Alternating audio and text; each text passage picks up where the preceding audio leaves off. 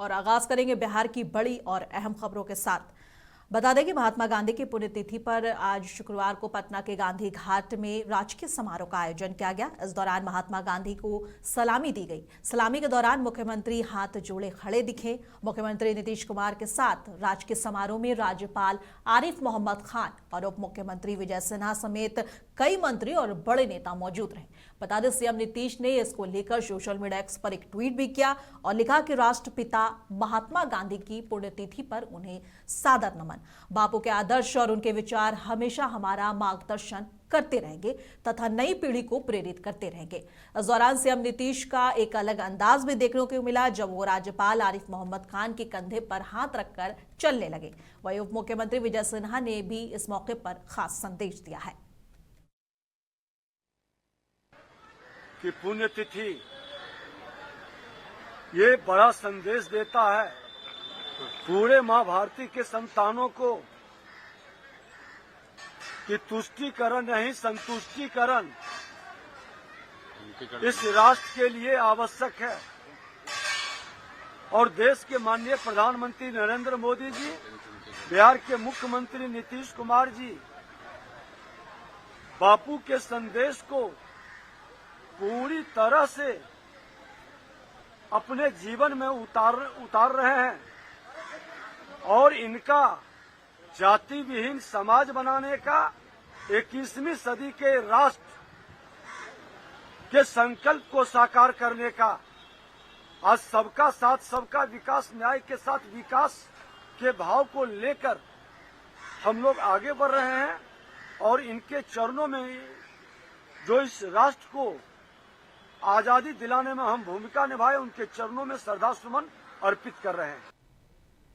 और कांग्रेस ने देश में जानबूझकर कर्ज न चुकाने वालों की बढ़ती संख्या को लेकर सरकार पर निशाना साधा है और कहा है कि सत्ता परिवर्तन के बावजूद सत्तारूढ़ बीजेपी अर्थव्यवस्था को कुप्रबंधित करने से नहीं रुकी। कांग्रेस के मुख्य प्रवक्ता रणदीप सुरजेवाला ने आरोप लगाया है कि भारतीय जनता पार्टी के शासनकाल में पिछले 5 सालों में अर्थव्यवस्था के कुप्रबंधन के झटके अभी भी महसूस किए जा रहे हैं। इसको लेकर अब बिहार बीजेपी में मंत्री दिलीप जायसवाल ने बयान देते हुए कहा है कि भारत को दुष्प्रचार फैलाने वाले नेताओं की जरूरत नहीं है और एनडीए विकसित भारत के लिए प्रतिबद्ध है। देखिए, सुरजेवाला और ऐसे नेता, इन लोगों ने आज तक सिर्फ भ्रामक प्रचार और कटाक्ष करने का काम किया है। भारत सरकार और हमारी जो एनडीए की सरकार है, विकसित भारत के सपना को पूरा करने के लिए आगे बढ़ चुकी है। अब सुरजेवाला ऐसा नेता की जरूरत देश को नहीं है।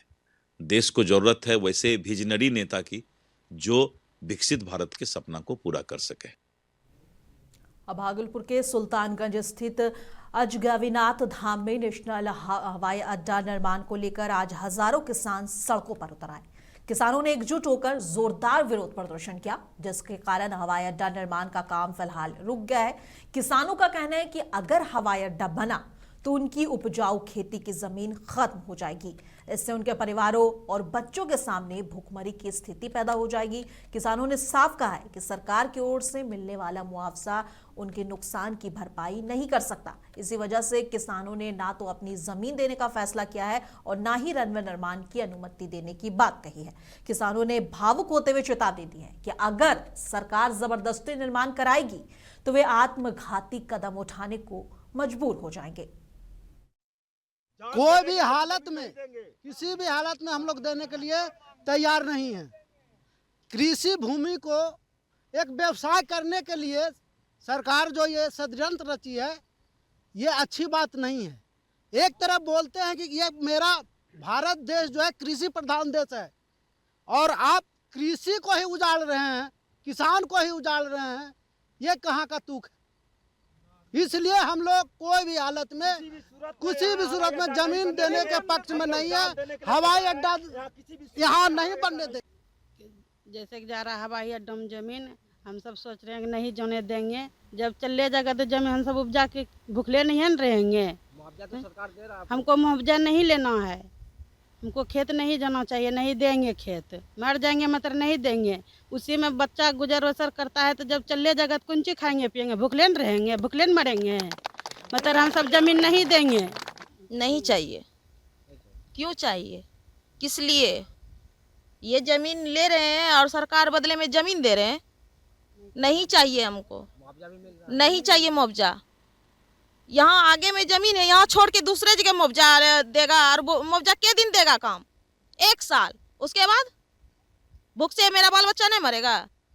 नहीं हवाई अड्डा बनने देंगे, जो होगा होगा, लेकिन नहीं, यहाँ हवाई अड्डा नहीं चाहिए हमको और नहीं बनने देंगे। हरियाणा के कांग्रेस कार्यालय में आज महात्मा गांधी की पुण्यतिथि बड़े श्रद्धा भाव के साथ मनाई गई। जिला अध्यक्ष अशोक राम के नेतृत्व में कांग्रेस नेताओं और कार्यकर्ताओं ने गांधी जी के चित्र पर माल्यार्पण किया और उनके सामने मौन रखकर उन्हें याद किया। कार्यक्रम में गांधी जी के सत्य, अहिंसा और सांप्रदायिक सौहार्द के संदेशों को याद करते हुए नेताओं और कार्यकर्ताओं ने उनके बताए मार्ग पर चलने का संकल्प भी लिया है। और इस अवसर पर कई बार कांग्रेस कार्यालय में सर्वधर्म प्रार्थना सभा की आयोजित की जाती है ताकि गांधी जी के आदर्श हर किसी के दिल में जिंदा रहें। श्रद्धांजलि सभा में तमाम हमारे कांग्रेस के वरिष्ठ नेतागण यहाँ उपस्थित हुए और उनको उनके तैल चित्र पर श्रद्धा सुमन अर्पित कर श्रद्धांजलि अर्पित किया गया। आज हम लोग उनको दिल से याद कर रहे हैं।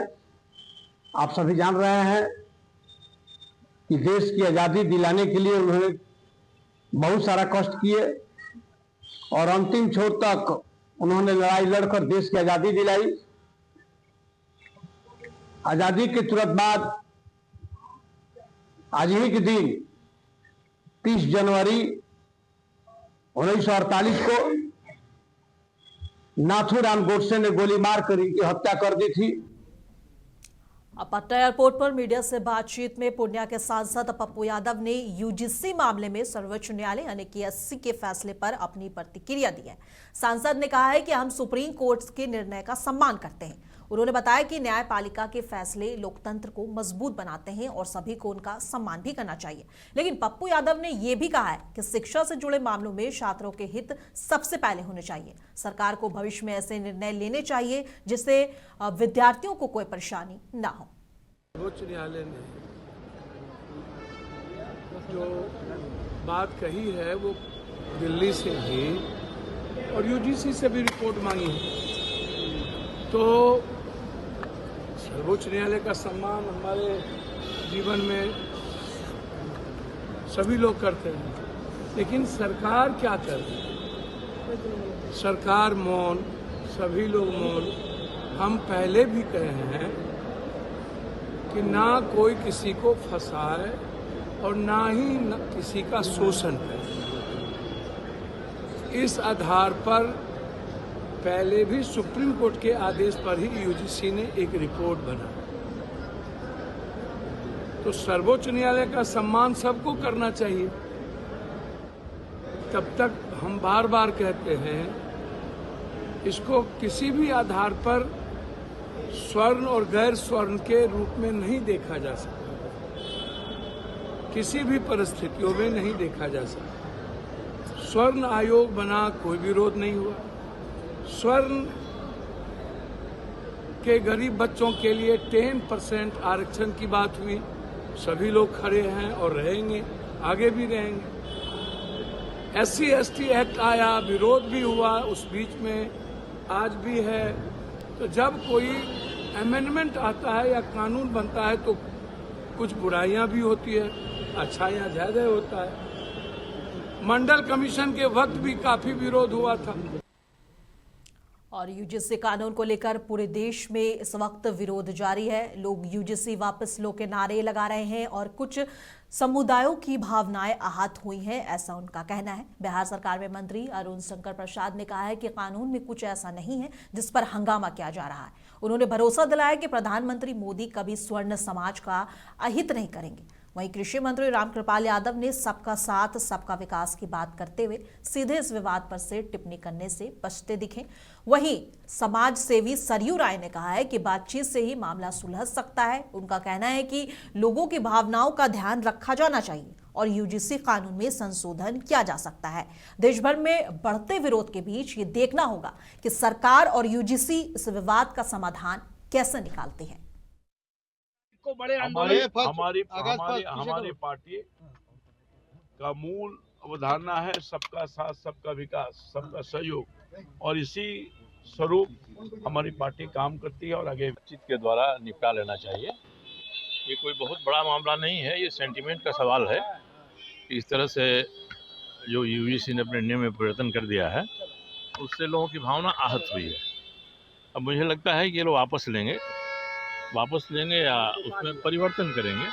परिवर्तन कर दें तो सारा मामला समाप्त हो जाएगा और कोई ऐसा उसमें नियम में नहीं है जिसको बदला नहीं जा सकता है। सर, लेकिन स्वर्ग समाज के तरफ से कहा जा रहा है कि अगर आरोप जो लगाए जाएंगे उसका वो वाजिब भी नहीं रहेगा। सही बात है, इसीलिए हम लोग कह रहे हैं कि इसमें परिवर्तन होना वाजिब है, इससे परिवर्तन हो जाएगा।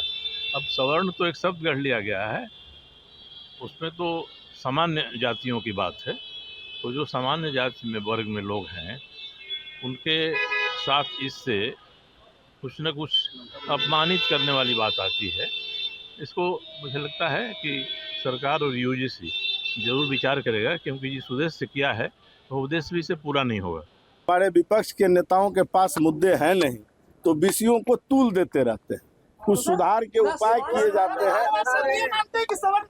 करनी सेना नहीं, ऐसा कुछ नहीं है उसमें। देखिए, आदरणीय नरेंद्र मोदी जी किसी भी समाज को नाराज नहीं करते हैं और यही कारण है कि सवर्ण समाज को आरक्षण देने का काम किसने किया? आदरणीय नरेंद्र मोदी जी ने किया।